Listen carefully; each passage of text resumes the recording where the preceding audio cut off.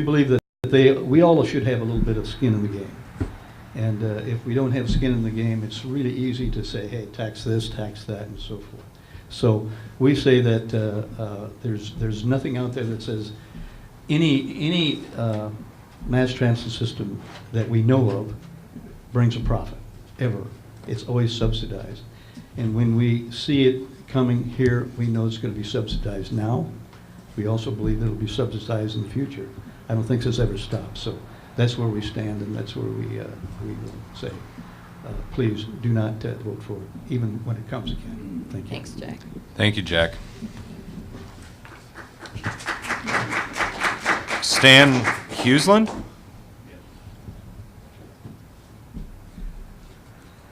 Thank you, members of the board, Mr. Trustee, Mr. Speaker.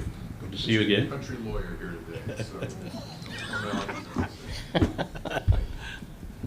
If, with your permission, there's been a lot of data sent over the last few years, and I did bring for your consideration some factual information. Please use the mic when talking. Andrea Neal, and this one by Randall O'Toole, who's a national expert on mass transit. I got two there. You know, Andrea speaks out on public events from time to time, Oh, and I yeah. think makes a number of coaching points. You all have a difficult job, and I know it's often thankless as well. And appreciate the time you've given to this, and the notion that maybe it deserves some more study, and that's in that spirit that some of us come here. We felt that there had been a huge amount of data brought forth.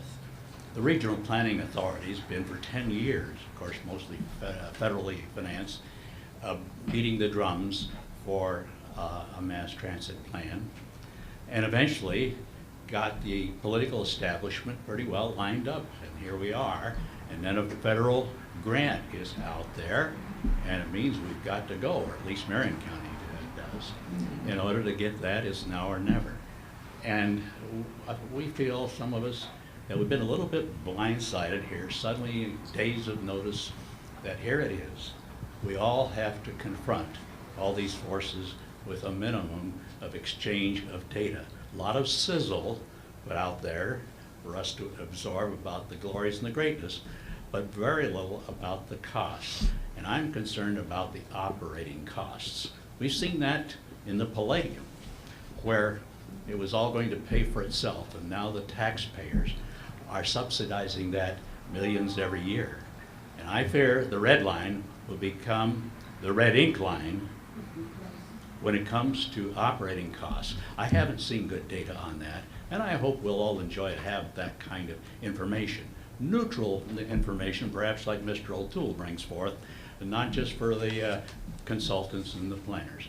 And so we appreciate what you've chosen to do tonight, and we will no doubt talk further. Thank you. Thank you. Thank you, Stan. Robert Scheib?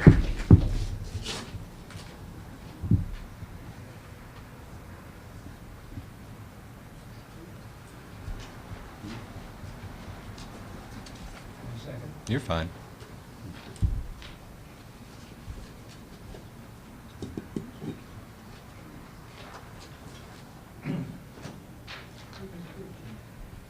My name's Robert Scheib, and I'm appreciate the ability to address the Township Board tonight.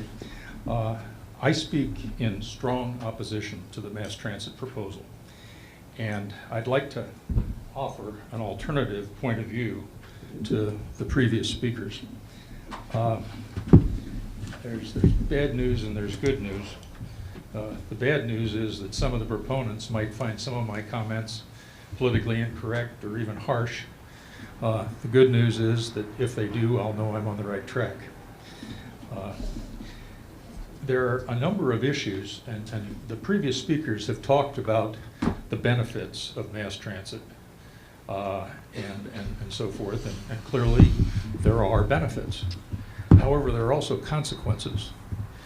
And those are serious consequences for our community. And I'd like to share some of them with you. Some of them people have touched on, but I'd like to share them. And just suggest to you that a vote for mass transit is a vote for higher taxes now, and although its proponents don't want to talk about it, even higher taxes in the future. Not just for the capital and operating costs of mass transit itself, but also for the collateral damage mass transit will do. More police, new road lanes, more road maintenance, bus stops, etc. A vote for mass transit is a vote for a system that will tax 95% of citizens who will never use it to provide transportation to the 5% of citizens who will use it but will never pay anything for it. Mass transit is just another income redistribution scheme for the small percentage of the population that will use it and for the businesses that want to use low-cost imported labor while the public pays for transporting that labor. A vote for mass transit is a vote for a kind of transportation system that has never come even close to being financially self-supporting anywhere in the country, ever. A vote for mass transit is a vote for more crime. That is drugs, theft, burglary, robbery, assaults, home invasions, shootings, and carjacking, as the south of 96th Street crowd gains easy access to Hamilton County and gets comfortable operating here.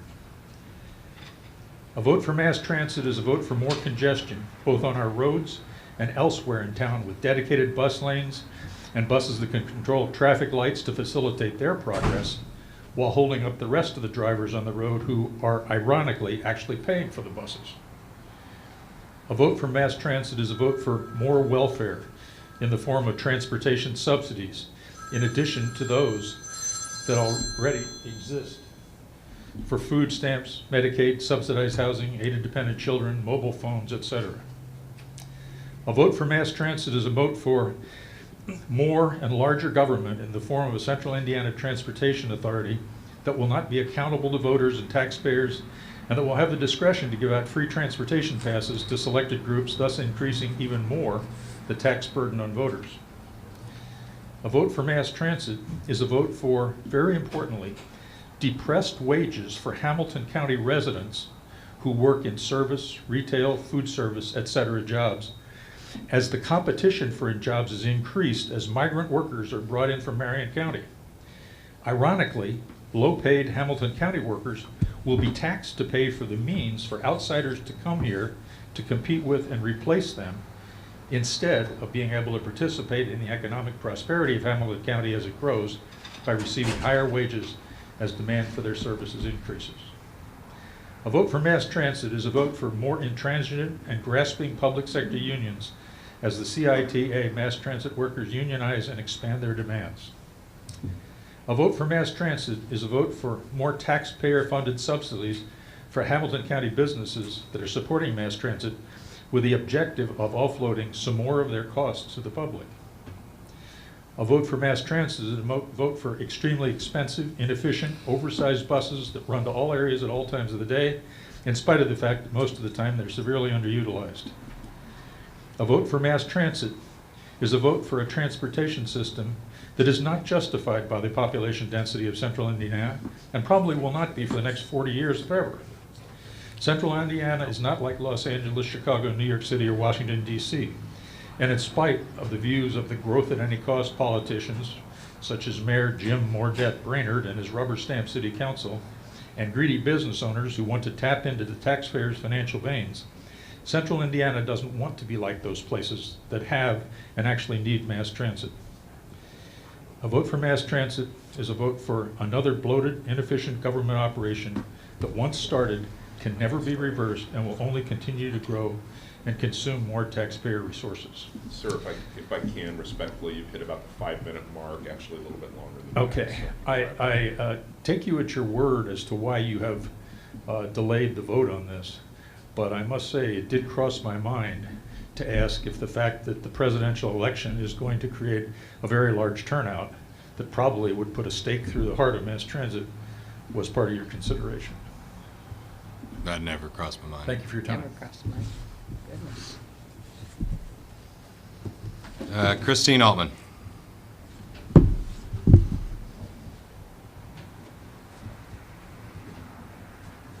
it's clear from the comments made today that much more education needs to occur on this topic. However, we somehow in Hamilton County will have to address the projections that our population will double by 2050.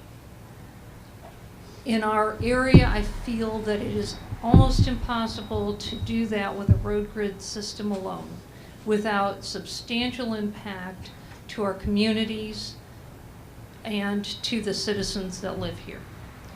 Without transit, we have no other alternatives for folks that choose to live in more dense population areas. We don't give the options to our city planners to have more density in development. And we will probably continue an urban sprawl situation or face highly congested roads and parkways.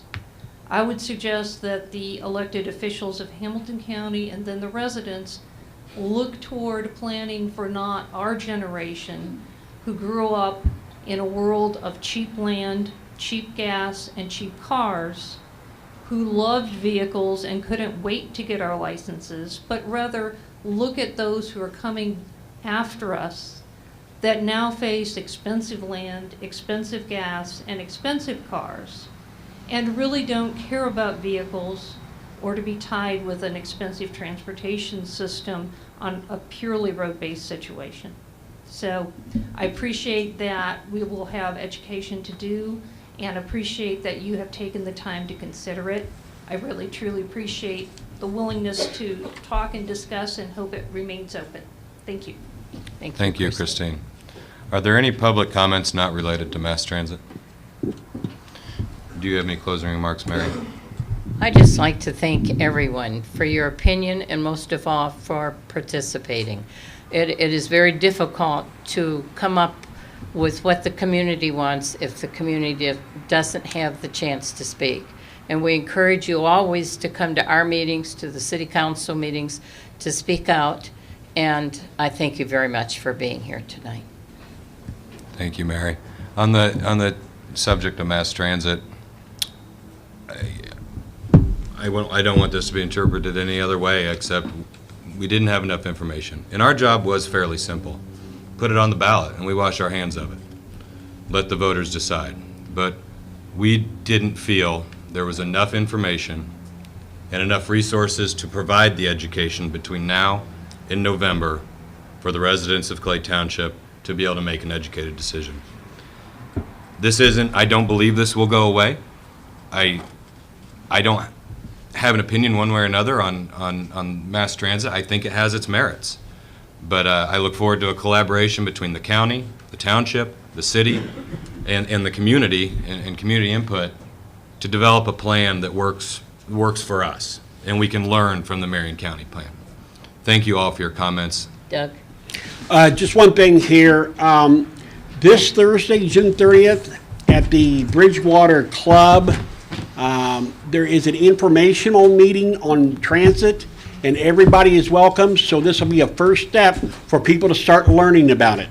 You know, whether you like it or you don't, we all need to be educated on this. So I need to get this out to everybody. And like I say, feel free to attend. Thank you. It's Thursday, this Thursday, June 30th, and it's from 6:30 to 8. There are slips of paper by the door if you'd like to grab them. Thank you, Cindy. Do we need to strike it from the agenda? No. Just put Pass over. okay. Okay. We are going to take a short recess and prepare for the second phase of our meeting, the exciting part, community grant requests. So, 5 minutes. Thank you very much.